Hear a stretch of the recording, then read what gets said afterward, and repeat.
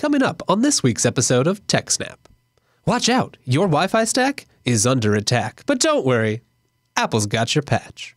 Then, did you know all it takes to hack an ATM is $15, the right size drill bit, and a lot of ingenuity? And Dan has another famous Dan deep dive, this time on Let's Encrypt. Plus, we've got your favorites, your feedback, a rambunctious roundup, and so much more. Stay tuned for this week's episode of TechSNAP.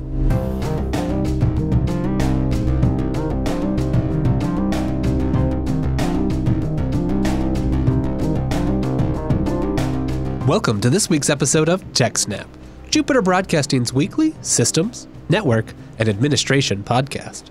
This episode was streamed live on April 4th, 2017, and is episode 313. It's brought to you by our three fine sponsors, Ting, DigitalOcean, and iX Systems. My name is Wes, and joining me this week is our host with the most, the admin, the organizer, and the explainer, our friend, Dan. Welcome to the show, Dan. Hello, Wes. Hello, audience. Wonderful to see you. Look at your wonderfully bright orange shirt there. Yes, What conference or other event is that from? Philadelphia bike race. Oh, cool. That's great. So you're a biker then? Mountain biker. Oh, neat. But I like marshalling the race in the Manayunk area. Okay. I don't think it happened this past year, but I haven't marshaled for a couple of years because I've been out of town at the time of the race. I see. You're a busy man. So anything new Yes, you'd like to report to our wonderful audience? Yes, over here. Oh. Over here. Let me move this over here. Sure. Okay, so remember last week, had trouble with my laptop, and Right. I had to sort of, well, I should have brought the laptop in here. It's now a shell, a literal shell. I took it apart, took the main board out, and it's a complicated procedure, but it's all on YouTube. And I took the main board out, wrapped it up, and shipped it off to someone to fix it. Nice. So, I mean, except for the having to wrap it up and send it away part. yeah. Well, my girlfriend Kathy had this TV that when you turned it on, it would screech like a banshee. Yeah, I've And had then those before. You've had that? Yes. Oh, God. So what would happen? Pretty much that. I mean, I think for me, after a while, it would kind of settle into a steady state where it was just kind of a background whine kind of thing. But for the first 3 minutes or so, it was unbearable. Well, hers would switch on, do that horrible sound, then power itself off, come back up with that sound, then power itself off, and then come back on. It would be okay. So then you're just like, all right, well, don't touch it. Leave it on for the rest of the week. So there's no watching TV early in the morning when someone else is sleeping. No. Yikes. So have you gotten a new TV? No. What happened to your TV? Yeah, I think actually it was a roommate's TV, so thankfully it's no longer in my life. Well, Kathy one night Googled, and she found a YouTube video of the exact problem she was having. Really? Hey. It was linked to from an eBay article for sale. And there was this chap who said, I know what's wrong with your TV. If you take the main board out, and here are the instructions to do so, send it to me. I'll fix it. I'll send it back to you. You can put it back in your TV, be good as new. And she bought it, and she did that, and it works beautifully now. Oh, that's great. Absolutely beautifully. I was very impressed. Yeah. That the internet really coming through there. Yeah. So the same thing that led me to doing this for my laptop, because I was looking for a new main board. Right. They're $450. Ah. So then I looked at buying the same model laptop, broken. I see. Just a 4 parts laptop. Like a dead screen or something like that. That's a good idea. You can buy them where, the Wi-Fi doesn't work, or, especially broken keys. Broken keys are good. No one wants to buy a laptop with a broken key, but if everything else is fine, I could just move it in. But I figured what I would do is I'd ship it off to this guy. He reballs the graphic card. Wow. So that's, interesting. So basically, these chips don't have pins anymore. They have these little solder balls on the Right. bottom. Okay. Yeah, that makes sense. And so one of them is broken or something like that. And so if it's necessary, he will redo that. See, I know a couple people who are like, they can fix some electronics for me, but it's really nice to hear like there's some options out there if you don't know someone like that. Well, I emailed the person and said, this is the model of my board. This is blah, blah. This is blah, blah. This is what happens. Here's the screenshots. Have I chosen the right product? And he says, yes, that's it. Got it. And so I took it all apart and then said, because the next set of instructions were remove the microphone, remove the heat sink. But they had an article on the post about heat sink and copper shims, which aren't needed and stuff like that. So I emailed them back and said, should I remove the microphone and heat sink? Nope, leave them on.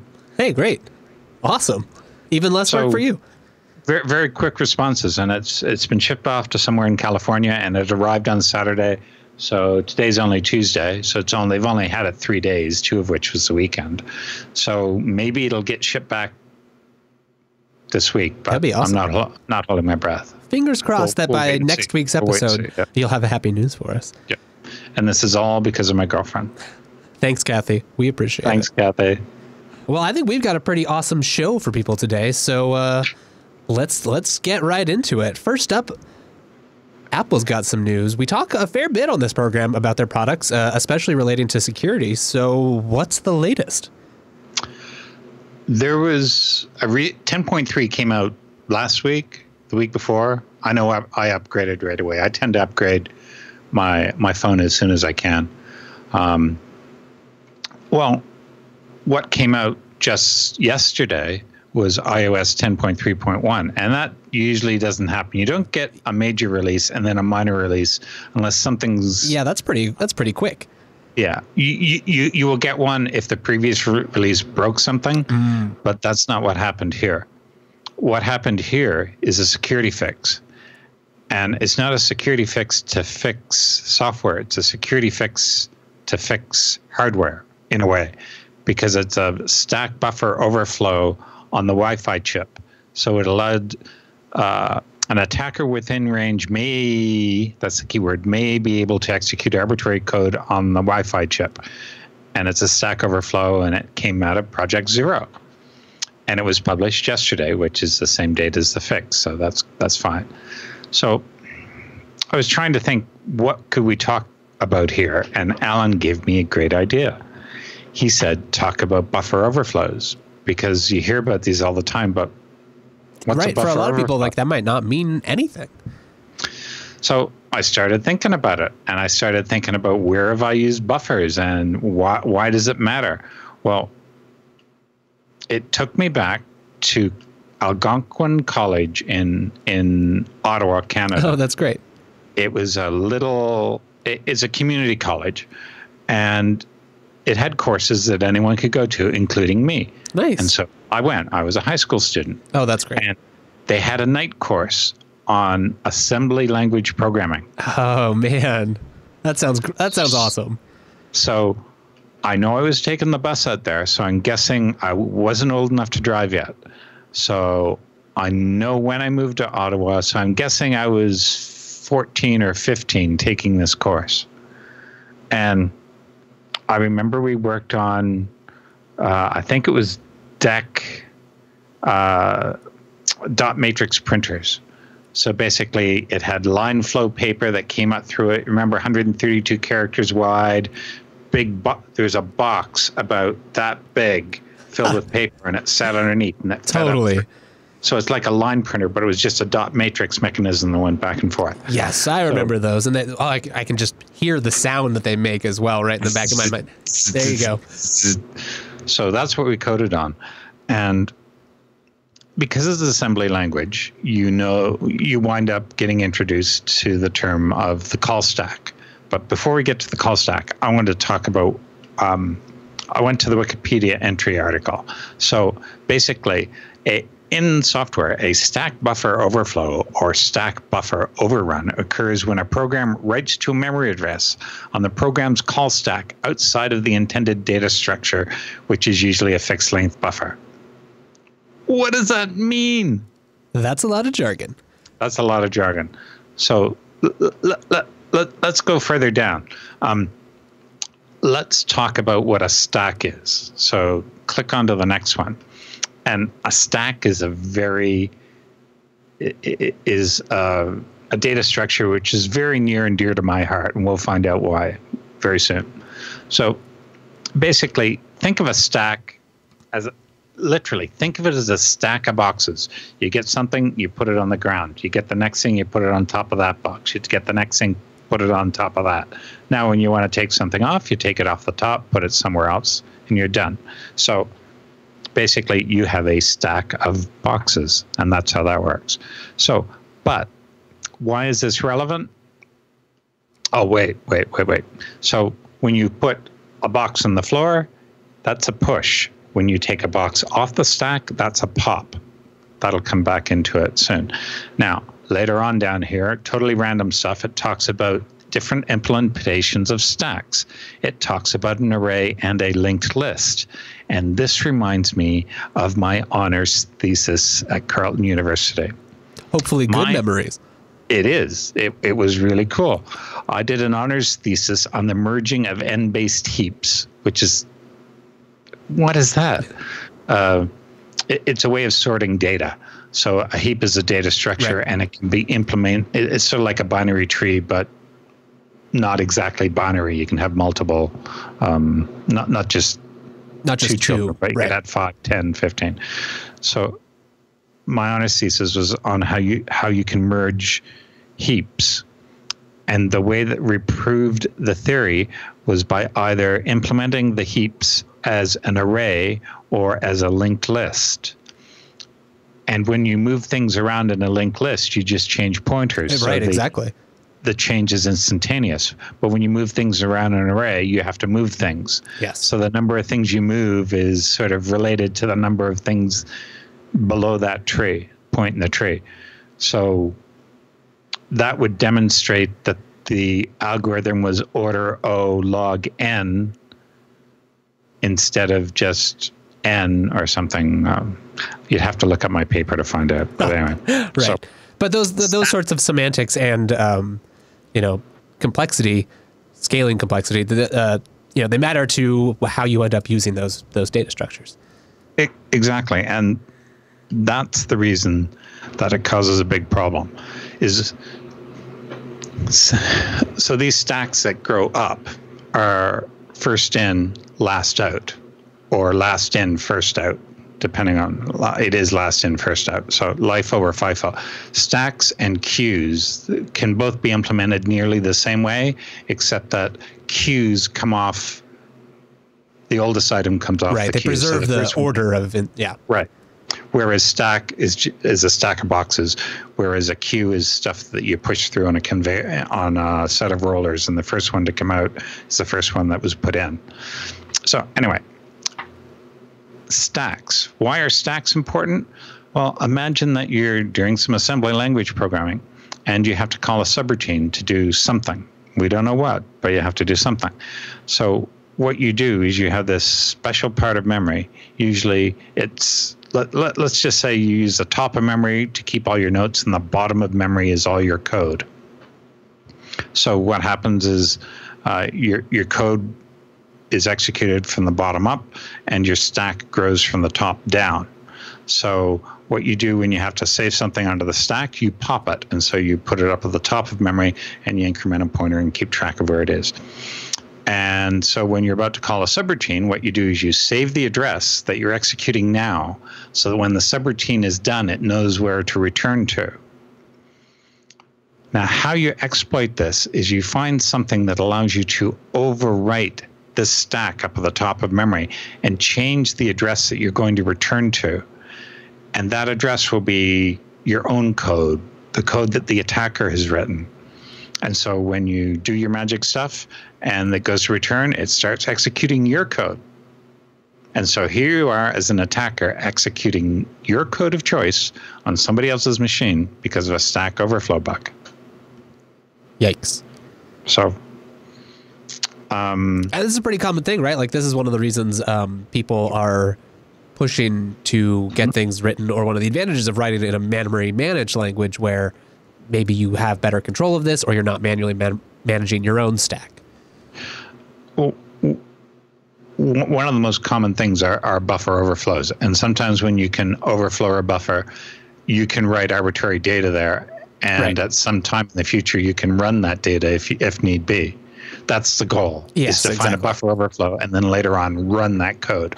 And people spend lots of time trying to do that. And that's how random stack location and non-executable areas of memory. Right. I was about to say that's one of the reasons for wanting to implement that, right? Is so that you can be like, hey, no, this is my code. Yep. This is my data. This is your data. You can't execute your data. Yeah, exactly. Interesting.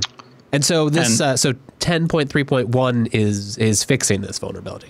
10.3.1, it makes sure that someone within range can't just execute arbitrary code on your Wi-Fi chip. I like that. And it affects iPhone 5 and later, iPad 4th generation and later, and iPod Touch generation 6 and later. So, update. Interesting. Anything else you'd like to add? So you said you've already done the update on your devices. On this one, and I don't know where the other one is. My other phone's gone somewhere. But do you know, were there any, did Apple discover this, or were there real world accounts? No, it came from Google Project Zero. Oh, right. Yes. Okay. That makes sense. They do such great work over there. That's absolutely, they're good. Yeah, exactly. It's great to see this, cross, even though Google and Apple may be, big rivals in many areas, that you can work together here and make a safer community for everyone. Full disclosure, I work for Cisco. We do the same sort of stuff. Yeah, right. Awesome. Well, I think that naturally brings us to our first sponsor this week. That's our friends over at Ting. Head on over to ting.com, techsnap.ting.com, I should say. What you'll find there is a mobile company that's on a mission to make mobile make sense. They do things differently. They're not like your average giant mega carrier that wants to sell you cable and TV and internet and advertise and take your data and sell it who knows where. No, Ting is different. Ting is focusing on a simple platform, a platform that's easy to use, that you won't be confused about, and that starts at just $6 a month. That's right, $6 a month, everyone. You heard it here first. From there, you just pay for what you use. That's one of the great things about Ting. You don't have to decide, well, I use like 300 minutes normally, but sometimes, well, my aunt, she's going on a trip and I'm going to want to call her, so that month I guess I'll need more, but, and then you end up either you get overage charges or you end up overpaying all the other months. Don't do that. We have a better way now. Go to techsnap.ting.com, then you'll get a $25 service credit, and at $6 a month, I mean, that's going to last you for a while. It paid for more than my first month. I think it pays for more than a lot of people's first months, especially if you're Wi-Fi savvy. And if you are, boy, Ting is your best friend. Go check out their blog. They're cord cutters, just like us. They don't, they don't use a ton of minutes probably. They're fans of the data, and they want to give you app suggestions and other things to help you use their plans to the very best. Plus, they're just friendly folks. That's another thing about Ting. They don't have to concentrate on building more data networks or, building the next version of LTE. No, they can focus on what matters, and that's you, right? So they have a wonderful app. It's very useful. You can do anything that you need to do with Ting on the app. Same with their website. Very clear, nice, responsive design. Works wonderfully. Or maybe you're old school. Maybe you like talking to people in person, or not in person, over the phone. Just call them up. Call them right up. You'll talk to a real human being who will make sure that you've gotten everything that you need. It's awesome. Some of the other benefits of Ting, no contracts or early termination fees. Yeah, that's right. You come, you want to stay for a month, great. You want to leave? Go. That's fine. Ting is honey badger. It doesn't care. It's not jealous. It knows that you'll go back to one of those other carriers and be like, wait, no, this sucks. I'm going back to Ting. Plus you get, all the standard stuff. Tethering. Yeah, you don't have to pay extra for tethering. Data's just data. Three-way calling, voicemail, all that stuff. So check it out today, techsnap.ting.com. You can bring your own device. If you have an iPhone, you want to get the latest thing, Ting does not get in the way of the updates. Or if you're on Android, I've got a Pixel on Ting myself. It's been great. So techsnap.ting.com. Alrighty then, Mr. Dan, back to our big stories this week. Yeah. Before we go to the big story, I want to talk about a little story. Oh. I pasted you a URL. I want to talk about that R610 that an unnamed source gave me just a little while ago.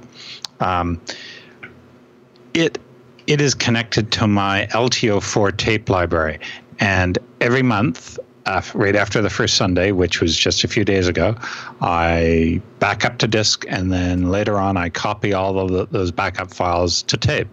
Now, the problem with that is it's going from a machine with a 10 gig NIC to a machine with a 1 gig NIC. And so, of course, the bottleneck is the R610. And I learned that the R610 had a spare slot. I didn't know this when I got it, but it has it has room for 2 expansion cards, one of which was filled with a SAS card, which is what my tape library is plugged into.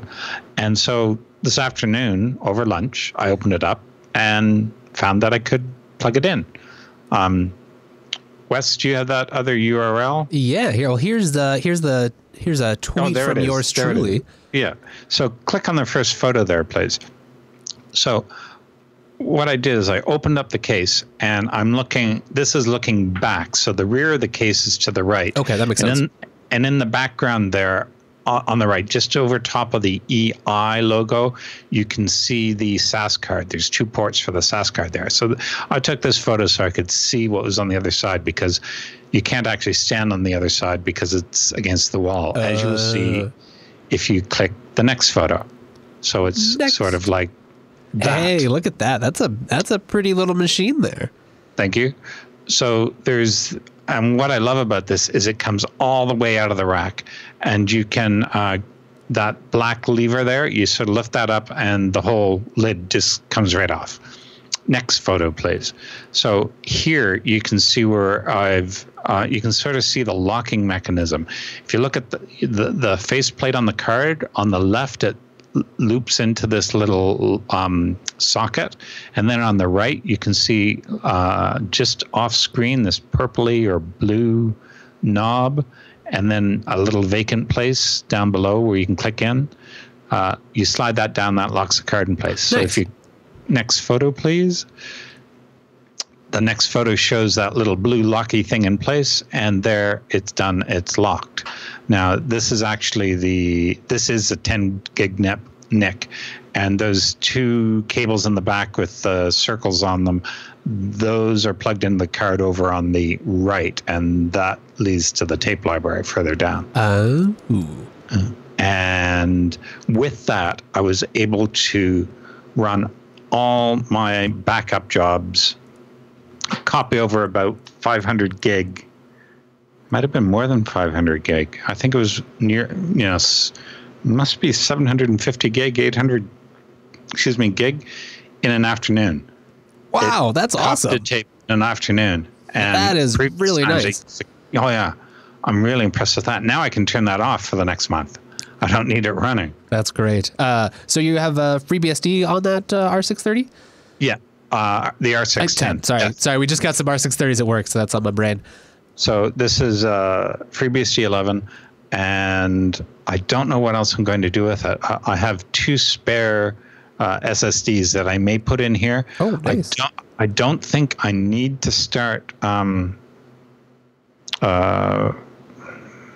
spooling to disk, because I think over 10 gig NIC I can supply enough data, but I'm not sure. Oh, that's exciting. I did another post earlier on in the day, something about how much data was going at once, but there's about 6 or 8 jobs spooling, writing to the tape all concurrently. Oh, cool. So that winds up, your job is here, here, here, here, here, here, here, here, and here along the tape instead of like that. Yes. But that means when you're reading it back, you'll read some, discard, read some, discard. Yeah. But that's okay. Tape backup will be my last recourse because I have copies on disk. Right. So this is only, you can put up with some delay as long as you get your data back, and shouldn't happen very often. Yes. So do you have much 10 gig in other parts of your house/network, or is this the first? I have 4 10 gig NICs. Okay. And 2 of those boxes are up now. The other 2 aren't up very often. But I did look at buying 2 more for the R410s, but the R410s aren't powered up now. I see. So that makes sense. See. I mean, we don't want to get it too hot in there. I know it's probably already like 80 degrees. Let's see, folks. Yeah, that's right. It's like I've got secret eyes. Ooh, nice and toasty. It is. The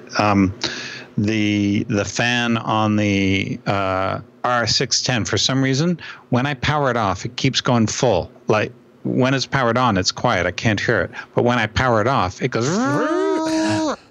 spins right up. Who knows why? Why are you spinning? Yeah. Audience, if you know why, please tell me. Exactly. All right. So next story. Yes, story. We hear a lot of people stealing money from banks and how they do it, and stealing money from ATMs.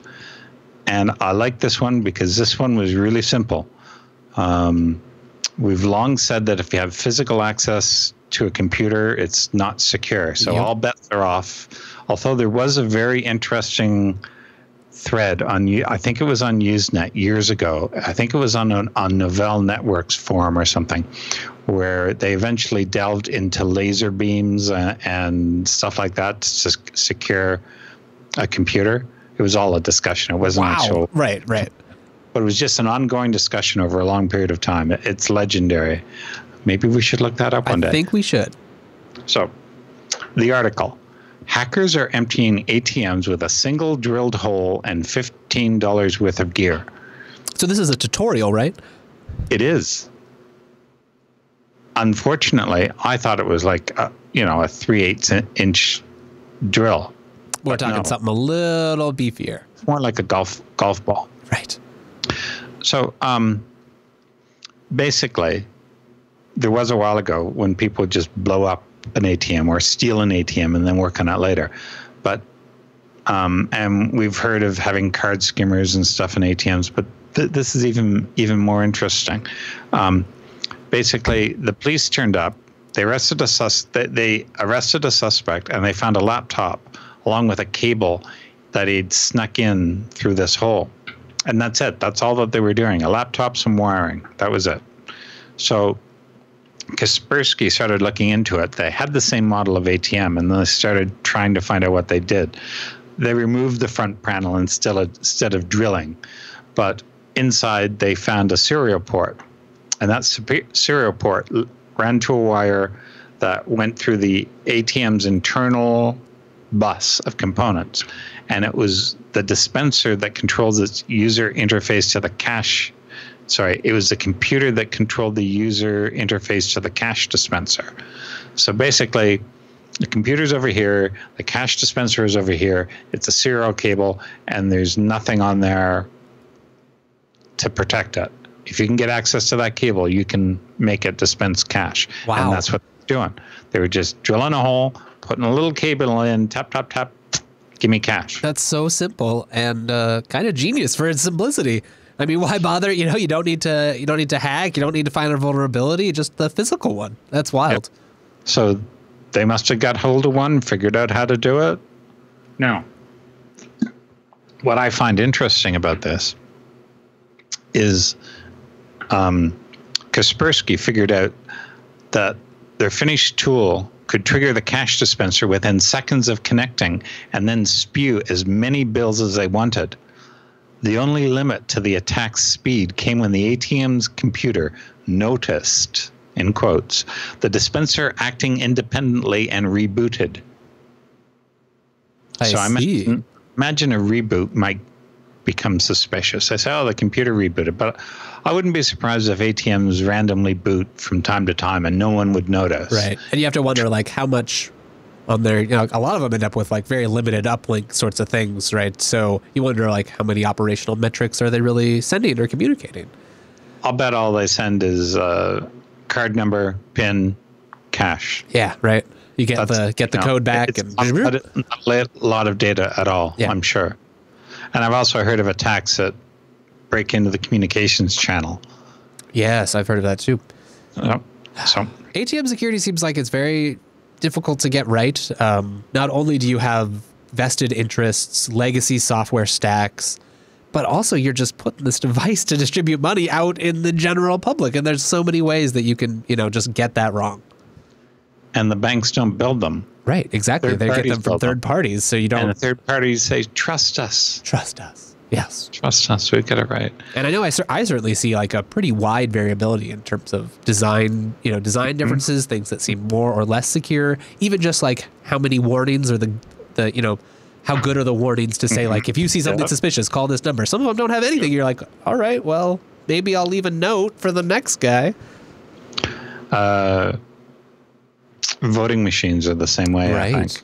Yeah. There's not enough scrutiny of voting machines have a totally different attack vector, and the reason for attacking is not necessarily financial. But yeah, I think that the scrutiny for both needs to be a lot higher.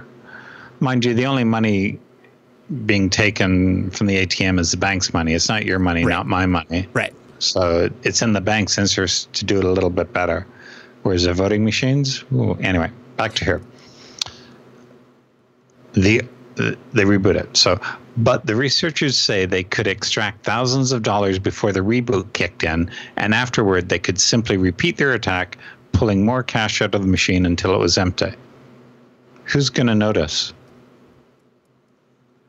Wow. No one. Yeah, no one. I think it's pretty cool. That is actually pretty cool. I'm sure they were very pleased when it worked. I guess you have to. The trick is just you have to go find an ATM where you can start working on these things. I wonder how hard it is. I don't think it's all that difficult. No, I'm sure it's not. It seems like the theme here is that they're not closely monitored, and it takes a lot to get caught. I vaguely recall pulling my SUV up onto the sidewalk to an ATM and conducting my transaction and leaving. That was in my youth. Nice. Yeah. Anyway. Totally. Anyway, yeah.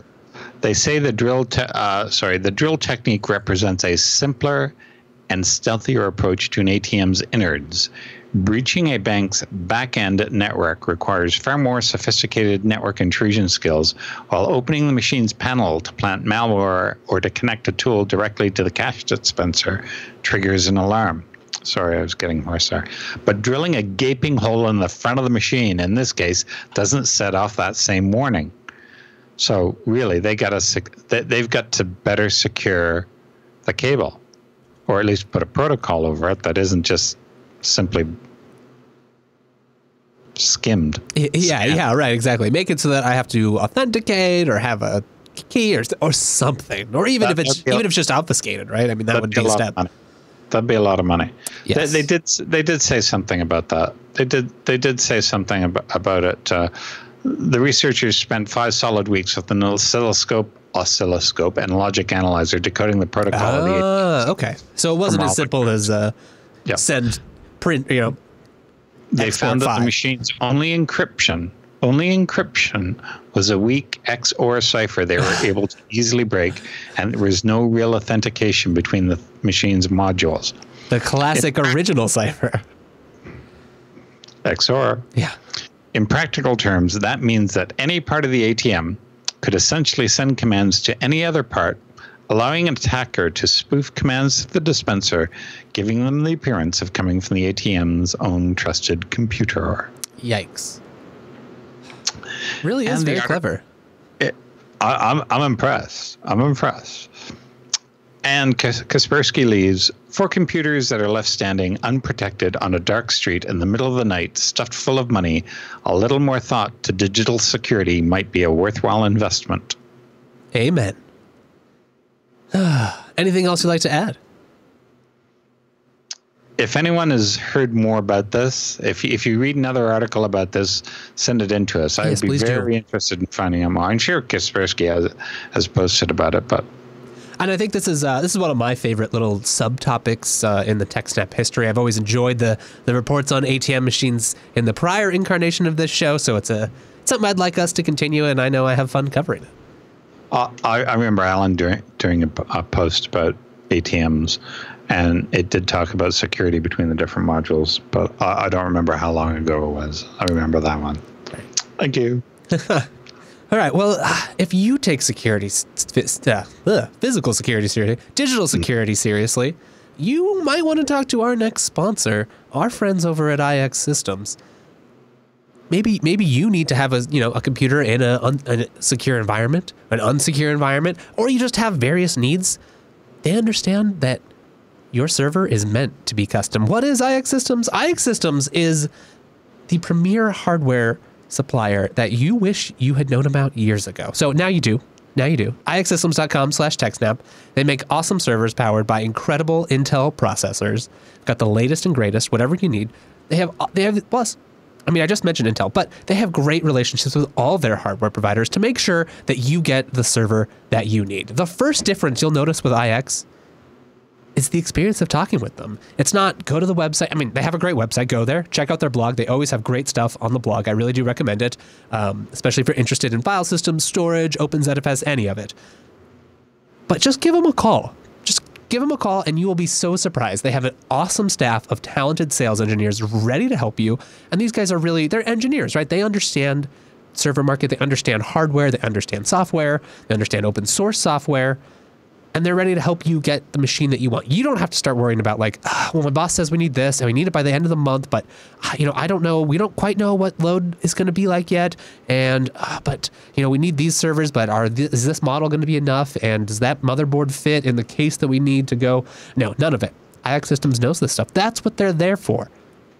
That's their expertise. And they're going to help you get exactly the solution that you need. Just look at some of their customers: Sony, Disney, Noah, Sega, VMware, Adobe. These are big companies, but they also work great if you just need, a new server for your small business, or you need a new office backup machine. Go check out the FreeNAS Mini. Yeah, it's right there on the left there. Just check it out. You will not be disappointed. I mean, that one on the right doesn't look too mini, but any of their models, they're a great deal, super reliable, and they come with great open source software. FreeNAS, if you haven't used it, go check that out today. There's a new version out. That's very exciting. So go check that out. You'll see information on the blog there.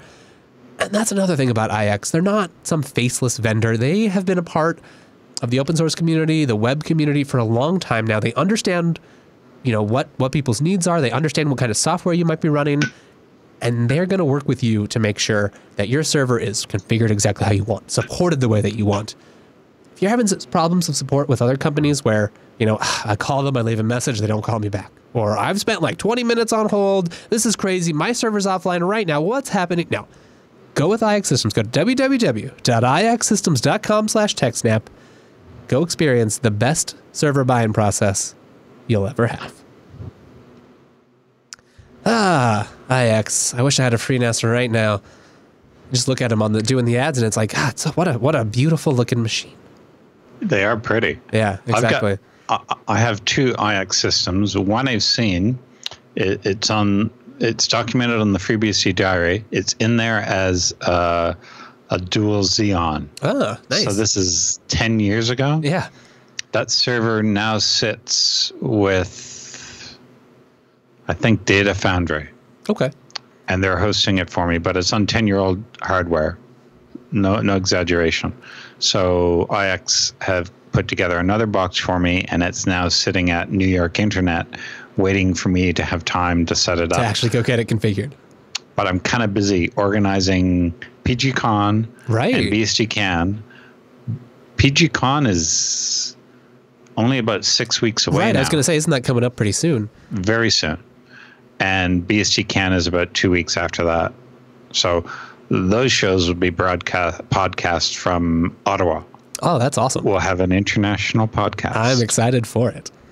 All right, so now we come to kind of what might be today's main segment. What have you prepared for us? I want to talk about encryption. Ooh. Specifically, Let's Encrypt. Now, why do I want to talk about it? Today we noticed that a bunch of the Chrome, I think, only recently started ignoring RSA. I think it's RSA keys. It started ignoring SSL certificates that are not of a high enough standard. Right. And they've had a pretty reasonable march upwards to increase that over the years. They've known this is coming, but even I got bit by it. I noticed it at work today when we fixed something, and then I noticed it in one of my home servers, which has a public access to it, and it happened to be a Start SSL cert, which nobody likes now. We don't like Start SSL anymore.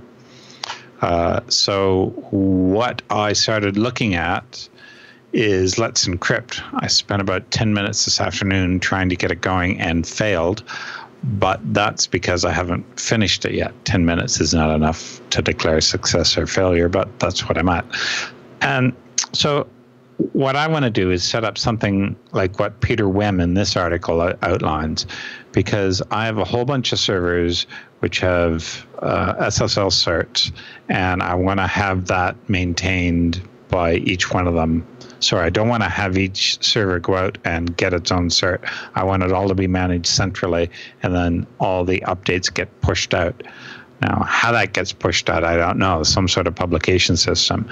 It might be from a public repo, and that public repo would be publicly available because all that's going to be in it is certificates, and the certificates are all public anyway, so it doesn't really matter. And that repo would be on a public IP address, and it would just be pulled from a private server. That's my rough idea now. I mean, anyone who's had to do, kind of manual certificate management knows how much of a pain that can be. And now you've got like monitors on different sites checking for cert expiration, and maybe they're even from different companies. And then you have to go get the cert and buy it and then go put it on that machine. It's like a whole bureaucracy. It is, because you have to pay it, you have to send it off, get it paid for, get it back. You can run your own certificate authority, but nobody, right. How does anyone trust that? Exactly.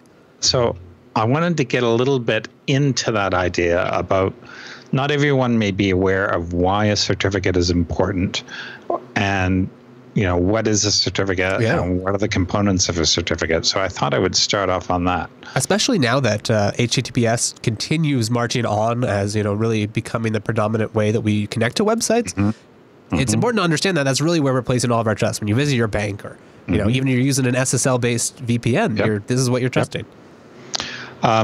Certificates are used in a lot of areas. They're used when you go to visit a website over HTTPS. I use them on my VPN between my laptop and home. Anytime that you're encrypting the traffic, chances are you're probably using a certificate. And we say SSL certificate, but it's just basically, it's just basically, it goes back to the old encryption theory, well-known encryption theory, having a public key and a private key. And when you go to ask a certificate authority for a certificate, the first thing you do is you create something called a key. And that key, best practice is that key only ever stays in the server it's going to be used for. It never goes anywhere else. You make sure that no one can read it, because that key is used for encrypting traffic leaving your server. Is that right? Is that right? No. I'm sorry, that's wrong. That's used for encrypting traffic coming into your server. So basically, the certificate is the public key, and your browser gets the public key, and it uses that to encrypt stuff. This is all very simple. It's not exactly technically correct. So those of you composing an email to correct it, wait. Right. There's a lot of nuances. Yeah. But we're targeting the high level overview of the things that you need to know. So public key encryption involves two keys. One is a public key, which everyone knows by definition, and one is a private key, which only you know. And why do we like that approach? We like that approach because it's very easy to store and secure this public key. You're responsible only for storing that public key and making sure it doesn't get to anyone else. And then what you do is you freely distribute the public key, and anyone can use that. You give that away, someone encrypts something with that, and it can only be decrypted with your private key, which you hold at home somewhere quiet, maybe on a USB key or maybe on your personal laptop. But anyway, that's the basis around SSL certificates. So when you say that you want to have a certificate, you create something called a CSR, certificate. Where was it? I always forget. CSR. I've forgotten. It's a request. Right, like the certificate signing request. Is that what it stands for? That's Something it. like that. Thank you. Certificate signing request sounds right. So you create a certificate signing request, and in there you include the fully qualified domain name, like www.foo.bar. That's the host name that you want, and other identifying information. And you supply the private key that they private key. No, they supply the key that they should use to create the certificate. I think that's right. What they do then is they create a separate certificate and they send it back to you. So you have to trust them that they haven't done anything dodgy with this, like they haven't created another certificate in your name. Because there have been times when people have wound up creating certificates for companies they shouldn't have created for. And so people begin trusting those other rogue certificates, and that's not good. So there's a cost associated with this because the certificate authorities want to make money, and that's what they do. They supply you the certificate. You got to trust them. And this gets expensive, and people don't follow best practices, and things get compromised.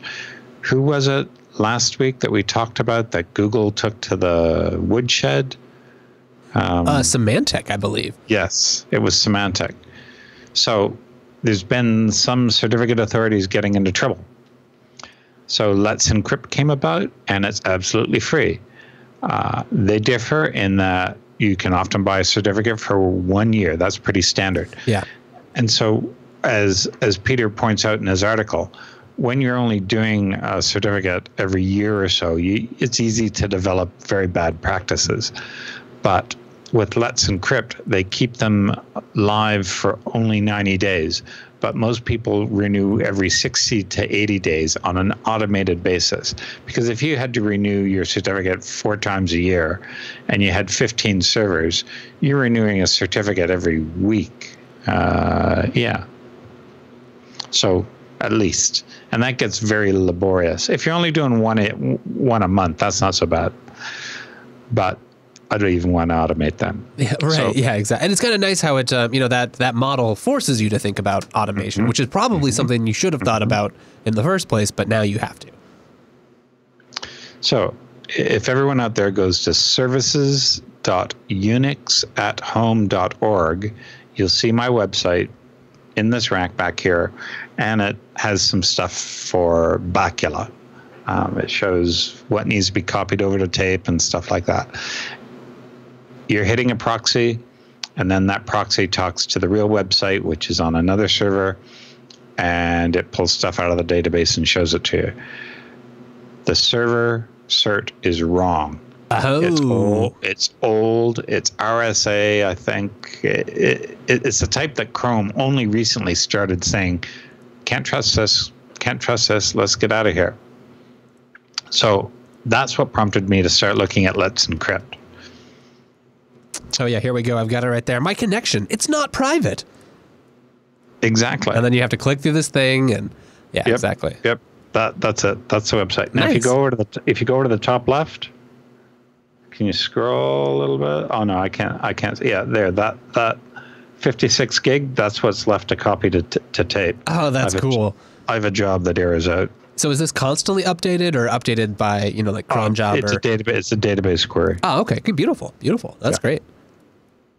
So it just queries the database and sees what stuff hasn't been copied from here to there. It's a very simple query. It's a fast query. There we go. It's not very simple because I had to take it from Bacula. So you had to deal with all their table structure and all that. Which isn't too bad. It's in Postgres, don't you know? Oh, don't you know? You should see one of our episodes on a backdive, audience, if you'd like to learn more about Bacula and how it works. Did somebody talk about Bacula? I think so. A very handsome man with a beautiful rack. Thank you. I'll tell my girlfriend. Now, I started reading Peter Wem's article again. I originally read it back before MeetBSD, because I remember talking to Peter at MeetBSD about this and went through a few things with him about how he's doing this. And so that made me want to start doing this locally, because I've got web servers here and there and over there and over there and there and there. And sometimes there might be 4 or 5 certificates on a given server. And I don't want to have, it wouldn't be too hard to do 4 or 5 instances of this and get them running, but I would prefer just to have it all central. So I like Peter's approach here. I started looking into Let's Encrypt and put it on one of my servers, started playing around with it. And it seemed to work rather well, except they were unable to authenticate me. Now, how does this script work? Well, you might ask that, Wes. Oh, I would. How does it work? I'm glad you asked. What happens is, first when you first run it, this is from memory. When you first run it, it says, "Hey, listen, you haven't agreed to this end user license. Go to this URL, read it, and then invoke the script again with this URL with these commands." So I did that, and that logged in, created an account for me, and then logged back out. So then I ran the original command again. And what you do in your configuration is there's a domains file. I think that's the name of it, a domains file. And in there, you would do something like unixathome.org space services.unixathome.org. So the first one is the domain, and the second one is the host name you want within that domain. And then you have a config file, which gives your various configuration options. But I think mine only has a URL where it's going to put the certificates and my email address, and that's it. So you run the script, and it connects into Let's Encrypt, and Let's Encrypt says, "Oh, you want a certificate for unixathome.org. Oh, you want it for services.unixathome.org. Okay, so how can you prove that you own services.unixathome.org? Fortunately, there are 2 easy ways. One is through DNS, where you create a record that says, "Hey, I really do own this domain. Here's this entry that you've told me to put in there. Go and have a look." And Let's Encrypt will do a DNS query and look for this special text file, and it says, "Oh, there it is. That's good. I trust you. You're running that domain. Thank you very much." In my case, I will do it with a URL that they can fetch. So often it's services.unixathome.org known location, something like that, /Acme validation. I know I've got that URL wrong, but that's where it is. Right. Maybe a good time to mention that one of the things that Let's Encrypt has done differently is the Acme protocol. Right. They've kind of taken a novel approach to how this is done, and allows for more automation that we hadn't really seen before. Yep. Now, I haven't delved into the Acme automation, the Acme protocol, but I know there's acme.sh, which I almost started looking at. But my coworker Mark is using dehydration. Peter Wem started out using dehydration, but then moved to acme.sh, and that's what they're using. So I'm going to start off with dehydration. Right. And there's multiple clients, and that's one of the neat things is people can write their own clients. You can choose, right? There are versions written in shell script. I think the most popular one is called CertBot. And that was originally the official one, but now it's maintained by the EFF. They've got this nice little website where you can kind of choose, like, hey, I'm using Nginx on OpenBSD, and then boom, installation instructions. That's really good. Do they have one for FreeBSD? Ooh, let's see. I bet they do. Yes, they do. Show me. Let me see. Yep. Nginx install package install Pi27-certbot. Huh. That sounds pretty easy. Pretty cool. Oh, there's both a package and a port. Hey, that's really easy. That's awesome. Good. So where was I in this? Yes, back to that. In this protocol. So yes. So for what they do is they say, okay, prove that you own this domain. Create a file named this, or create a file with this data in it. I think they just do it with file name, because then they just fetch the URL, and if the URL works, they say, oh, you really do own that domain, don't you? Okay, well, you own the website, we'll assume you own the domain. It's just like if you control the DNS, they'll assume you control the domain as well. And I've seen similar approaches with Google Analytics when they're trying to validate that you own a given domain and are therefore entitled to see the statistics that are kept on that domain, which I've used a number of times and found them very useful, but I haven't used them in a long time. Now, some of the interesting stuff that Peter is doing in this article gives me ideas for what I want to do here, especially the bit about everything is pulled to the host. Nothing is pushed to the host. Basically, they set up a host and it's configured during the initial setup, and then nobody ever connects to it, ever. So you don't have to worry about, nefarious people trying to get access because you have things listening for, input from the network. It's more like, nope, it only, you have your cron job, it runs this often, it will, probably using SSL or similar verification, go check somewhere else in a way that you can control. Yep. I like it. That's a good way to do it. I really like it. None of my hosts are like that. But it's something to aspire to. Yes, I can SSH into everything. But I sort of figure that I'm not quite the no, that's not the word. I don't exactly have the prominence that previous different people have different threat models, and they're not interested in me. Exactly. So I started reading through this and saying, okay, this sounds very easy. I like this. And he's pushing through DNS, validating through DNS, and I don't think I'm gonna. I may have to do that, because I'll be creating stuff centrally. I want to try services.unix@home.org first, and then later on I can try the DNS value. I just want to get this domain fixed for now. I'm sure there may be other domains.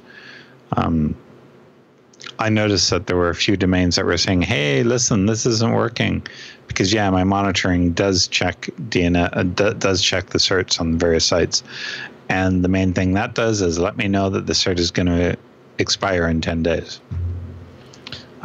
It may be worthwhile when I go to Let's Encrypt to boost that up to like 40 days.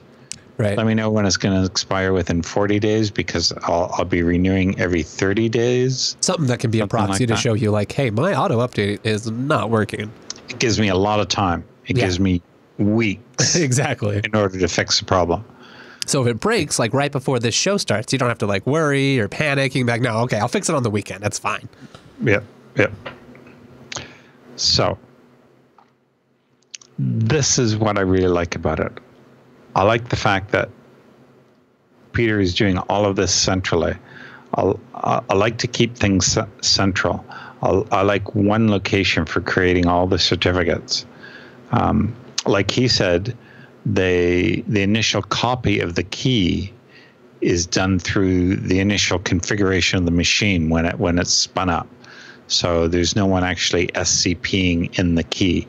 I would do that differently. I would wind up creating the initial key on that server, and then I would wind up creating the key centrally with Let's Encrypt, and then later on I would have to copy it over to its final location the first time, just the first time for each host. Then after that I don't need to do that anymore. I like the way he's doing it through DNS. I like the simplicity of it, but I'm not going to be doing that. Could you explain a little more how he has it configured with the DNS? Well, what happens is there are two ways that this happens. Let me see where he found it. So there's just they already have self-publishing of DNS, so all this was being able to add something in to the stuff that gets pushed out. Oh, okay, that makes sense. So they didn't have to do anything special there, and the certbot is the certbot directory. Hey, did you just have certbot? I did. I think they're using certbot. Oh, neat. The hook creates home certbot DNS extra, Acme challenge foo.freebsd, and then it waits for a few minutes. So that certbot directory is nullfs mounted read-only into another jail. It's a cron task in that other jail that then pulls the subversion servers for updates to the DNS zones, also checks this nullfs directory for changes. So if there's something in there, the cron job will see it and say, oh, I have something to publish to NFS. So let me put it into, NFS. It's a nullfs directory. I have something to publish into DNS. So it publishes it into DNS. They also do, I think they're also DNSSEC. I think they're also doing DNSSEC. So basically, it all gets automated out. Whenever they run through the script to create a certificate, they wind up creating a DNS entry. That DNS entry is picked up by a jail. It's sent out there. It's pushed out. So it's very simple. It's very elegant. There's just, an entry shows up in a directory and it says, I got that, and it puts it over there. And the communication between two different jails is just through a nullfs directory that is writable by one, but only readable by the other. Nice. Nothing complex about that. It's very simple. That's actually quite elegant. Yeah, I like that a lot. I have to keep that in mind. If you're not familiar with what a nullfs mount point is, basically it's a way of mounting a directory into your instance, but it's not writable. It's only it's read only. Now there's something else special about nullfs, but I forget what it was. Right, and you're mounting a part of an already mounted file system, right? That's the key. Yeah. You've got another file system. You've got a file system that's mounted and used by someone else, and all you're doing is you're grabbing a part of that file system and mounting it over here, read only. I know EasyJail uses that a lot for their ports tree. Oh, that makes sense, right? So the base jail has an instance of FreeBSD in there, and all the other jails nullfs mount that ports tree in their jail. So you only have one copy of the ports tree that you have to update. So that way you don't have to deal with all that. That makes sense. You don't have to update the ports tree n times. In the Linux world, I believe it's called a bind mount, or mount -- bind is how we refer to that. Same. I don't know that. I don't know if they're exactly equivalent, but for like the mounting of a subsection of a file system elsewhere, that's what you do. The nullfs mounting of the ports tree is of no use to me now because I don't install from ports. I install from packages. So that feature is no longer has the appeal to me as it used to. And what was the other thing? I think they nullfs mount like bin /sbin, user local bin, user local sbin. Oh, yes. They're all nullfs mounted. Rather than having to have extra copies there. Right. So again, the base system isn't very big anymore, so saving that disk space now that you have huge disks isn't appealing to me either. But where it used to be useful is you could upgrade the base jail and only the base jail, and all your other jails would instantly be upgraded because they're all nullfs mounted. So you can that makes a lot of sense. Where it sort of breaks down is Merge Master. There's a tool in FreeBSD called Merge Master, which helps you merge the changes to configuration files, scripts, like etcrc.conf. So changes like for after an upgrade? Yeah. Okay. Yes. Yeah. So configuration files and text files. Right. Arch Linux has pack diffs that do kind of the same thing. Like, hey, this, there's a new standard version upstream. You have changed it. How do you want to handle these things? That sounds pretty good. So I have to spend a lot more time reading this, and I have to come up with a plan of what I want to do, because this sounds like it's going to make some things a lot easier, and I may never have to Pardon. I may never have, I didn't sleep well 2 nights ago. I may never have to renew another certificate again. That's the dream, right? That would be awesome. That's what I want to get to eventually. So you've got some homework. I do, but no time to do my homework. Right. Doesn't that happen to us all? So scroll down to the end of the article, please. Peter has a little defensive. No, Peter is not a defensive guy, but he's got a humorous article at the humorous paragraph at the end of his blog post. Secondly, I've had brain surgery just a few weeks ago. I set up this at home 1 week after surgery, and for the FreeBSD org cluster exactly 2 weeks after. If people give me hell for crappy scripting, I have an excuse ready to go. Now, Peter's a really smart guy, and he does a lot of cluster stuff on the FreeBSD project, and he often chimes in on Twitter when I'm posting looking for solutions. And I remember him talking about this one, and I really like it, and I really hope that I get to work on it soon. This will be my fun thing for working on the plane when I fly up to Ottawa, I think. Nice. Yeah, it's nice to have those little projects you're like, especially for your home infrastructure, where you can be like, yeah, it's not super important, it's not going to make me money, it's not going to do any of these things, but you get that kind of satisfaction of setting up like a really nice system and then watching it work and not having to touch it. And it just runs and runs and runs, a bit like Bacula. Yeah, exactly. Anything else you'd like to add about Let's Encrypt or the ecosystem around it? Now's the time to start getting it set up. If you've got certificates that you need to get going, set it up now and just start using it and see how it goes. Just set up a fake website and see how that goes. Just one that's not public. It seems like especially if you're just getting started with this stuff, you're already going to be spinning up a web server and setting things up. Like, just make this a part of that process. Learn about TLS certificates, all that stuff right now, and get it from the get-go. I think that's a good way to do it. Be a lot better. Yeah. And if you need somewhere to start playing with Let's Encrypt, boy, our next sponsor has got you covered. Don't waste any more time. I mean, you could go get a physical machine. You could do, there's like a lot of things that you could do. But like, if you're busy like Dan or me, then you probably don't have that kind of time. Go over to DigitalOcean.com. Use our promo code. That's right, SnapOcean. Then you'll get $10 credit. And what can you get with that credit? The best, fastest, easiest to use virtual machines you've ever laid your eyes on. That's right, DigitalOcean. They're one of our favorite sponsors because they're the simple cloud hosting provider dedicated to offering the most intuitive and easiest way to spin up a cloud server. That's right. In under 60 seconds, you can have a brand new Linux or FreeBSD box in the cloud ready to go, public IP address. You just you can configure it right with a key. They take security seriously. They make it easy for you to take security seriously. You put your public key up there, SSH right in, get going, start playing. They have a ton of great features that'll make this really easy. One of those is snapshots. So you're like, all right, well, I've configured that. Now I'm going to move on to configuring my next thing. Just take a snapshot. That way, if you mess it up, roll it right back. It's easy to go. That's just one of the many ways that DigitalOcean is making it super easy for you to get started, lowering the barrier to entry and making it very affordable. So they start out at just $5 a month. Yeah, that's right. You heard me. $5 a month.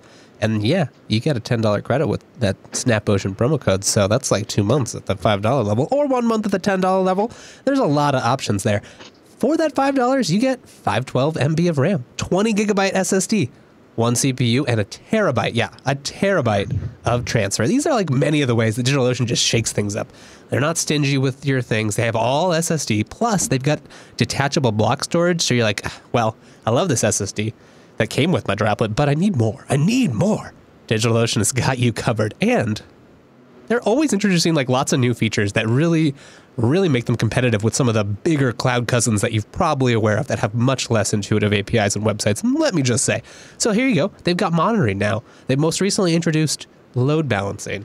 They've got private networking for droplets in the same data center, and they've got data center locations in New York, San Francisco, Singapore, Amsterdam, London, Toronto, Frankfurt, and I'm sure there's more coming soon. So don't waste your time. Go over to DigitalOcean.com. Check out all the things they have to offer. They have awesome community pages with awesome documentation. They hire actual editors to take community submissions and turn them into great documentation. They have a beautiful API that they use for everything. Their website, built with it. Their apps, built with it. Community apps, built with it. It's simple. It's easy. It's maintained.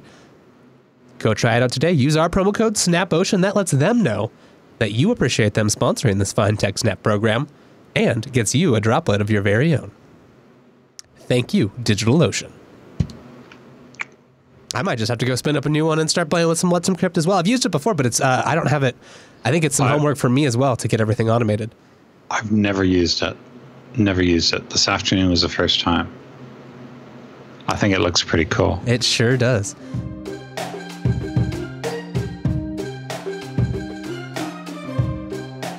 And that brings us to the feedback segment, the segment of the show where, we just listen to you guys. We know you're right. You're our wonderful audience. And this is a time that you guys get to be right on the air. So what do we have in our awesome bag of feedback? It looks like there's tons of stuff in here today. Let me just go find some things. There we go. So first up, we've got something from our friend Samir. He's writing about episode 311. So that was just 2 episodes ago. He writes, "Hey guys, I am really enjoying the reboot of TechSNAP with Dan and Wes. Thank you, sir. Especially the deep dive that Dan did on Bacula. I would love to see/hear more episodes like this, even if it means going to a less frequent publishing schedule to allow you guys to prepare. Some other topics that would be interesting to go in depth on would include TarSnap, setting up, configuring, and securing a droplet on DigitalOcean, a networking deep dive, an intro to ZFS. Keep it up." Oh, thank you very much for writing, Samir. We love having feedback. It makes us smile. And it's great to know what you do or don't like about the show. It's awesome also to hear. I know I really enjoyed the Bacula segment, so it's good to know that people out there also enjoyed it. I know sometimes things can be dry, or if you don't care about Bacula, then you're like, oh, that's a lot of the show. But as long as people out there are learning about it and it's interesting, I think it's great. I was really worried that it was very boring and dry, but we had several people via Twitter say they liked it, and this is not the first bit of feedback we've had through the email. So I like how it turned out, but I was uncomfortable during the episode. Yeah. So we'll have to do some more deep dives. I thought he had some pretty good ideas there. TarSnap I like a lot. Mm-hmm. If you've ever used Tar, it's like setting up Tar. It could be another way to cover some interesting encryption as well. Yeah. I have a DigitalOcean droplet that I manage. It's not mine, but I manage it and I like it. Since I set it up, I haven't done anything except upgrade the packages and upgrade the OS. That's it. Nice. Networking deep dive. I don't know what I would do on networking. Probably something very basic and simple, because I remember I must still have that Unix Administrator's Handbook, Network Admin, O'Reilly book. I'm sure I have that still. Yeah, networking, at least for me, I'd done some of it, but, I learned sysadmin stuff, I learned dev stuff, but somehow, for a long time, networking really hadn't been, I knew, the basic layers and everything, but I feel like it took me a while to get enough of the fundamentals where I could really feel comfortable and understand enough to, set up my own networks and, improve on my situation at home and that sort of thing. So I think there might be something there. Well, even as simple as knowing that a web server doesn't have to start with www. Yeah, definitely. I didn't know that. I remember learning that and thinking, it doesn't? Yeah. You can have it anything you want? Oh. And then I remember reading all about DNS and how it worked and stuff like that, and I found that really interesting. Yeah, it might be sorry, go on. Nope. Go. It might be interesting in that vein to do, it's still a deep dive, but not necessarily deep on, this is how TCP works in detail, but something that, explaining hey, you're browsing the web and going through all the different little parts there and, explaining how they connect to each other in a clear way. I think that sounds interesting. There's a very famous Google question about explain what happens when you go and search on Google. Oh, yeah, I think I've seen that one. Something like that. Explain what happens when you type a URL into your browser. And there's a lot of different layers. Yeah, totally. All the electronics. But I like explaining to non-lay people how DNS works. Yeah, definitely. It's basically a phone book. It is like a phone book. All it is a phone book. That's a good way to think about it. Huh. But yeah, we can do stuff like that. Awesome. Well, thank you, Samir, for writing some good suggestions. If other people have suggestions for topics you'd like us to deep dive on, please do write in or tweet at us or get to us however you like. Carrier pigeon, that's fine. We'd love to hear more. Thank you. Okay, up next in the mailbag, Aaron writes to us about SQLite. Hey guys, huge fan of the show. You guys are doing a great job so far with the show. Thank you, Aaron. I had a question/comment about the SQLite coverage in this episode. You mentioned it was great for local applications and services you set up at home. I totally agree. You seem to have some reservations about recommending it in an enterprise situation. It is, of course, well known that SQLite is not well suited to the massive workloads that the MySQL and Postgres databases are built to handle. However, I think there is a middle ground where SQLite is very underutilized. The SQLite website has this to say. The SQLite website uses SQLite itself, of course, and as of this writing, 2005, it handles about 400K to 500K HTTP requests per day, about 15 to 20% of which are dynamic pages touching the database. Dynamic content uses about 200 SQL statements per web page. This setup runs on a single VM that shares a physical server with 23 others and yet still keeps the load average below 0.1 most of the time. Frankly, very few websites need more than this, and they claim SQLite has been shown to perform under 10 times this load. The main weaknesses of SQLite are 3 of which I'm aware. 1, only works locally, only allows one write at a time, and is limited to 140 terabytes. Oh, I did not know that. Interesting. 2, it seems to me that a great majority of it seems to me that the great majority of RDBM use cases could be supported by such a database. Sure, if you're doing big data, it's not going to work. If your website is getting millions of hits a day and needs to scale multiple servers, it's not going to work. But it seems to me that for most medium to small websites and companies, the ability to cut the overhead of a database server is going to make more of a difference than the limitations of SQLite. Furthermore, SQLite aims to provide compatibility with the SQL dialects of the larger servers.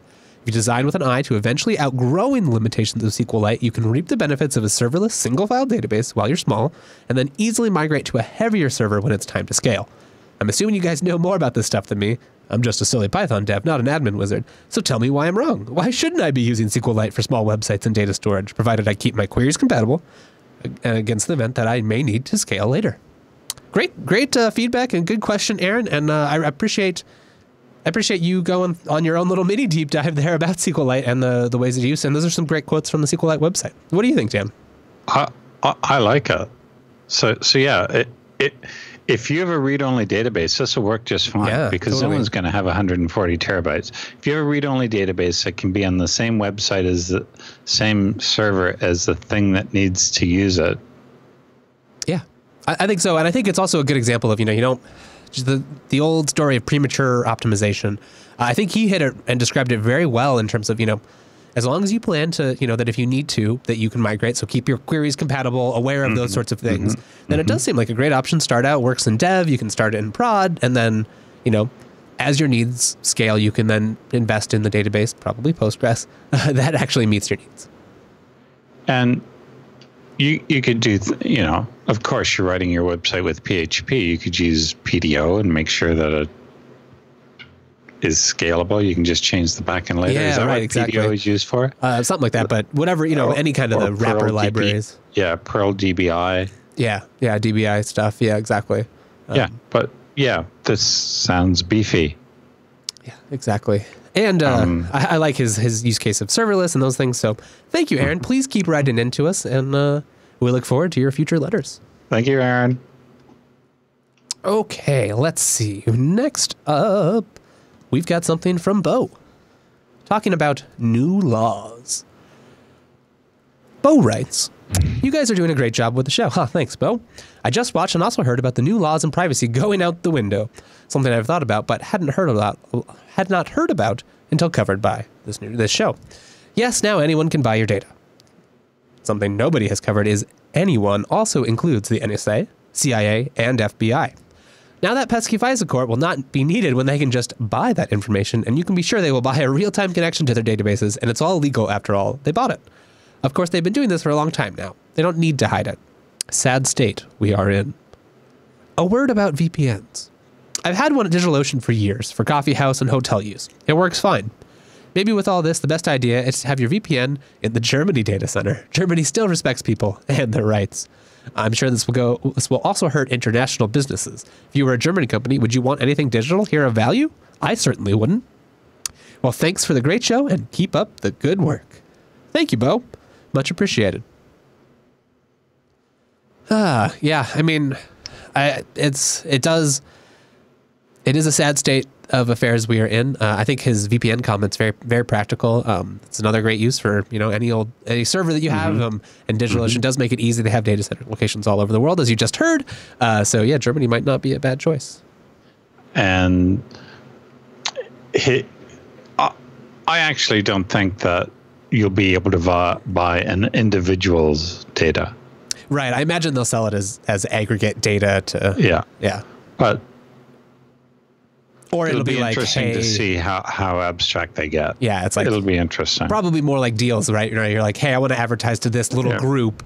I'll pay you, and then you advertise to the people who have hit these metrics or whatever. I would really prefer it if they didn't get into this. Yes. But the next feedback sort of indicates that it's not as dire as we seem to think it is, but I don't believe it. Let's check that out. So this one's from Ezra. He asks, privacy is dead? While I share your view that ISPs shouldn't be selling personal information, I must wonder if you actually understand what it is that SJ Resolution 34 is going to do. From what I have read, it simply returns control of regulating ISPs solely to the Federal Trade Commission. This is a far better situation than before because it means that only one agency is in charge of regulations. Now businesses know where the regulations come from, and anyone who's interested in actually reining in their service provider has a shot of actually doing it. This is not the end of the world, simply Congress correcting bureaucratic overreach. If you want rules similar to the ones going away, then bug the FTC and tell your congresspersons to do the same. Blithering under the world hysteria about a regulation that has only been in effect since January 3rd will help nothing. So I think there's some points here. I would say, though, that it's hard to consider. It seems very natural to me that if you're going to take away and change this regulatory oversight, that you should have some consideration for what's the net effect going to be on people being regulated by this. So it seems like that would have been an opportune time for Congress to also consider giving the FTC, authority to regulate exactly this. What do you think, Dan? Well, I'm wondering why it's FTC and not FCC. FCC seemed to have a better regard for personal rights and privacy. I can't see that the FTC will do that. Right. And so that's also something to consider is, and this is where it can get really sticky is, we have the structure of government we have the laws that we have. Those things do not always or even often align to produce, what we would consider to be reasonable results. And so, where does one fall end up, maybe regulation isn't the cleanest option or the best option, but is that worse than the situation that we're in? Rekai just pasted something into IRC. The Telecommunications Act explicitly prohibits the sharing of individually identifiable customer information except under very specific circumstances. It's much more permissive when it comes to aggregate customer information, which is where things get squishier and the FCC rules have become more important. So the Telecommunications Act falls under the FTC, does it? Or I would have thought it fell under the reign of the FCC. I'm not sure. I'm guessing. Oh, let's look. All right. The Telecommunications Act of 1996. While you're looking that up, I found the page about a CSR that I wanted to talk about, and it is a certificate signing request. And the key does go in there. The public key goes into the certificate. So you create both the private key and the public key when you're creating your certificate request. And you send the public key off to the folks, off to your CA. That makes sense. Okay. Yeah.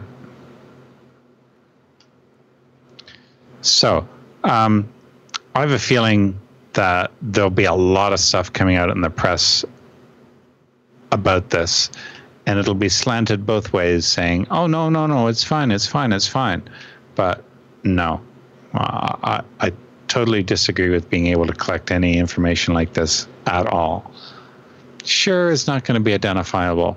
Sure, we let Google do it, but we've chosen to let Google do it. We can opt out of Google by not using Google. We cannot opt out of using an ISP. I like the deal that an ISP is just a common carrier, and they shouldn't be doing anything to your traffic except delivering it, as that is what we have paid them to do. I like that. I think that's a good summary. Thank you for writing into us, Ezra. I think there's a lot more to be heard about this, and we'll see kind of how this develops, what will happen, what will be lobbied for change in the new world, and what the actual privacy considerations and impacts will be in the coming months. So if you have more thoughts, please write back in, and we can continue this discussion. On the same topic, our next author, or our next writer here, Aaron writes to us about internet privacy as well. My laptop has an Intel Pentium B960. Some websites advertising can bring it to its knees. Yeah, that sounds about right. I use uBlock Origin to speed up web browsing and to stop a lot of the tracking. I don't like using it, but the overwhelming advertising forced me to do it. I tried to set up Pi-hole, but I failed. The reason why I wanted to set up Pi-hole is because using my phone and table to read some news articles is simply impossible. The ads make the page I'm reading jump so much it makes it unreadable. I think we've all had that experience. I know my ISP is injecting ads. If we can get everyone to use an ad blocker or an appliance like Pi-hole and ad companies complain, can we just say, "You won. You brought this on yourself"? Did you listen to Security Now episode where they talked about advertising was stopping a website from being able to be used? Nobody was able to enter information because the ad focus would jump the field. The man was being supported by the website. The ad was causing him to lose money. Please don't use my name when reading this on the air. Well, maybe my first name. So we did. First name. Thank you, Aaron. Your comments are appreciated. I'm sorry that you didn't get Pi-hole working. I would say, if it does seem like it solves your problem, I've known a couple people who've used it and have liked it a lot. So, if you have specific questions, maybe I'll play with it and you can write back in and we'll have maybe also talk about it later. Yeah, some websites are becoming quite unusable on older hardware. Yeah, definitely. I have a first generation iPad sitting over here, and web browsing. Yeah, right. It's terrible. Yeah, terrible. Exactly. Yeah, it does seem like there should be, there should be some sort of equilibrium here where, yeah, okay, some ads. I get that. I understand that that's, a lot of ways that many websites are supported. And if they're, innocuous, I don't mind. There's plenty of blogs I read where I make sure that my ad blocker is turned off so that they get revenue and all that, and that's fine. But exactly, it's these kinds of things where you're like, you have that one bad experience where like, I really need to use this website and it's broken, or just intolerable.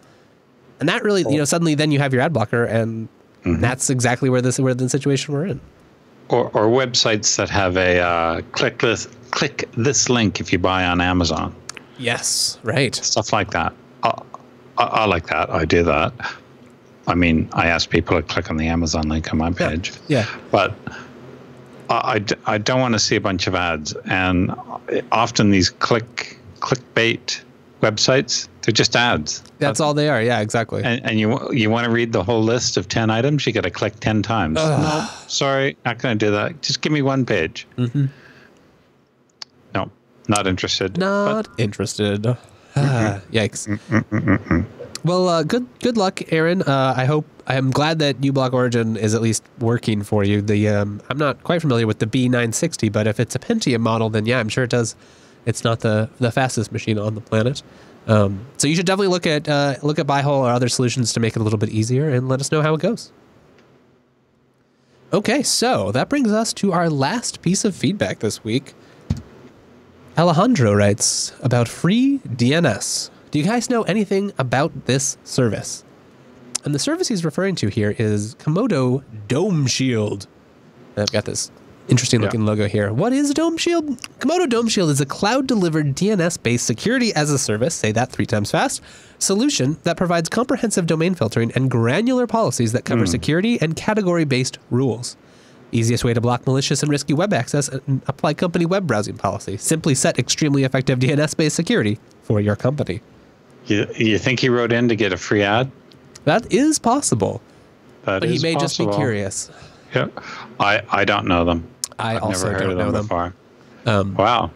But it sounds like it might be useful. A lot of these, cloud-based services or other things, it's not always necessarily things that you couldn't do. It just probably provides it as an easy service that you can integrate with. So then you just have to walk that line of, how much do you trust them? What kind of information and control can you afford to give up? And what's your threat model, security model, and how is your infrastructure configured? There's a lot there to even begin to kind of evaluate if this service makes sense. Wow. Do you run your own DNS servers, or do you use a DNS provider? At home, in-house here, I have three DNS servers, one master, two slaves. Bind or other things? Yes, Bind. And they have domains here that are internal, like int.unixathome.org. Yeah. They provide access to all the stuff that's inside here and to VPN hosts and stuff like that. But for the public domain servers, I have a hidden bind server, and then 3 or 4, I think it's 3 public bind servers, and then some friends provide secondary for other domains. Oh, nice. But in general, I just publish and it goes out. See, right there, just having the hidden master and that kind of stuff, that might be some interesting networking or DNS deep dive topics right there. Yep. I know I've been using Hurricane Electric as my DNS provider, and I've been very satisfied with it, just for my own small, personal stuff. I use them for IPv6 tunnels. Oh yeah, there we go. Yeah, I have one of those too. They're a neat company. I see them a lot at some other, they have a good presence at community talks and conferences and that kind of stuff too. If anyone listening works for Verizon, let me know when I can get IPv6 on Fios, please. I would like it, please. It's the future. So I think that wraps up this week's feedback. It was an awesome mailbag this week, so thank you, everyone. Keep it up. Go over to jupiterbroadcasting.com or find us on Twitter. Contribute. You can also head over to techsnap.reddit.com. You can submit things there. Please do send us stuff. We love hearing from our audience, fans, critics, everything in between. Send us something interesting. We'll be sure to cover it on the show, and we'll see you next week's feedback segment.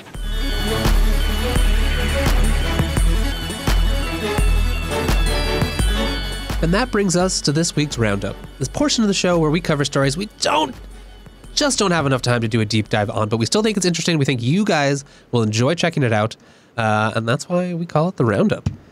So first up this week, it's a little smaller roundup, just a light roundup, things like that, natural variability, but that means that each story we've got, hey, it's an extra punch this week. It is. Now, we have in the past talked about malware and vicious things in TVs. Like someone installs something on your TV and it listens to you. But that was actually the vendor, wasn't it? The vendor, there's been some stuff like Vizio, I believe, was doing that. Big lawsuit there. And then the other story we had was a Samsung vulnerability, right? Well, that came out of the Vault 7 CIA stuff. But that crucially meant that you had to plug a USB into the TV to infect it. And if you had not upgraded the firmware, Right. You weren't vulnerable at all. There's a Samsung out there. Yeah, I have one at home too. It's a nice too. one, but it's too late. It's a later version. It wasn't vulnerable to it. Excellent. But this goes one step further. You no longer need physical access. You just need to put the attack code in the broadcast signal.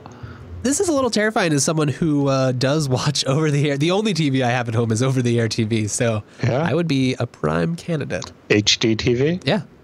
Oh, over the air HD is pretty good. It is really good, yeah. I think it's a lot of times there's less compression applied than over cable. Wasn't it the FCC that mandated that they had to continue broadcasting in high def? Mm-hmm. Wasn't that the FCC? Sorry. Back to this. So, this is very interesting. I have not read the article in full because, I didn't have time. But I do like it, and I'm going to read it later. And if anyone wants to send in a summary in case I don't wind up reading it, you have a look. Yeah, but the basic idea was just that there's a proof of concept exploit that you can have your own low power transmitter, and then if the TVs were to tune that signal from your own hack transmitter, that can expose vulnerabilities in the TV, and then it's owned. So do check it out and let us know what you think. Okay, next up in the roundup, we've got a story from Spotify. This is a long story, and it goes into a lot of detail about how they do their DNS. And if you scroll down to the first diagram, you will see that they do have a stealthy primary. What did I call mine? A hidden primary or something? Yeah, hidden. So basically, you maintain your DNS records in a server that is not publicly available. You firewall it off so no one can get to it, but you open it up so all your public servers can get to it and pull down the changes. Well, the changes actually get pushed and sort of pulled, but that's how it works. And yeah, they then go into a whole lot of other detail. And now this service discovery is very interesting. SRV records. You may have never heard of SRV records, but imagine that your application starts up and says, hey, listen, I need an LDAP server. Show me an LDAP server. Where's an LDAP server? Well, you can do a query for SRV records, and it'll say, these are LDAP servers. There you go. So you never have to hard code in the names of your LDAP servers, for example. Right. I've seen it used in VoIP SIP applications as well. I think they use it there as well. I would like Jira to do that. If there's anyone around who works for Jira, SRV records is a very good idea, and don't let anyone tell you otherwise. I like it. I also really appreciate the amount of detail here. They have some good diagrams, and it's just neat to see, like obviously a very successful technical organization, and given some nice access that I feel like, years ago you might not see this kind of thing being publicized and showing all the ways they use a lot of open source software and some of their own software to make things happen. Well, this may be interesting for me to read to see how I might change what I'm doing. And I'm a slightly smaller scale than Spotify. Do you stream music too? Can I tune into Dan's live stream? No. Maybe next week. Okay, well, that brings us to the final roundup item. This one's kind of fun. This asks the question, what killed Adobe Flash? And are we sad about it? When we were talking about ads earlier, I thought of Flash because a lot of ads were Flash ads. Some websites were just Flash. You go in and you click on something and it goes to something else and it goes to something else. And sometimes you have these websites where you click and go to another page, but it's all frames.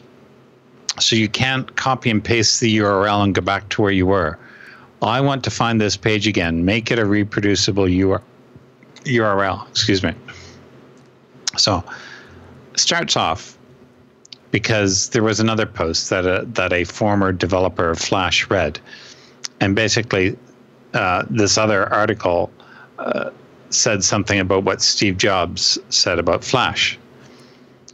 It was very famous when it came out at the time, but the comment on Steve Jobs' post was, if it had been an angry rant, it would have been easily dismissed without needing to be factually refuted. That's just Jobs being a prick again. The fact that it wasn't angry, and because it was all true, made it impossible to refute. So that's what someone wrote, claiming that's the reason why Flash died. But this former Adobe employee who worked on Flash says, I worked on Flash, and I worked on the thing that actually killed Flash. So you might ask, what was that thing? Yeah, what was that thing? He never said what that thing is. Interesting. Huh. So now, further on in this post, they said John Gruber, responding to that blog post, says, to be clear, I don't think Jobs' letter killed Flash. What killed Flash was Apple's decision not to support it on iOS, and iOS being so popular. So And the reason they decided not to support it on OS, I think, is because of battery. At least that's what they're saying here. Right. Because Android tried to support it, and the results were abysmal. Web page scrolling stuttered, and video playback through Flash Player halved the battery life compared to non-Flash playback. So when you're talking batteries on cell phones, yeah, anything that's taken a lot of power ain't going to be popular. Today, I imagine that they would, also have security concerns or other things. And it also seems like it might circumvent, that Apple in particular likes to maintain pretty tight control of their ecosystem. So Flash seems like a lot of power to give to people. Yeah. It would be nice to find out what this guy was working on to kill Flash. Like Adobe Air, maybe? I have no idea. We'll just be left with speculation. All right, well, that looks like we've reached the end of the TechSNAP program. Dan, do you have any final thoughts or words for our fine audience? If anyone's run dehydrated and want to share their story, write in this week, please. Please do. So that's the end of our program this week. This has been episode 313 of the TechSNAP program.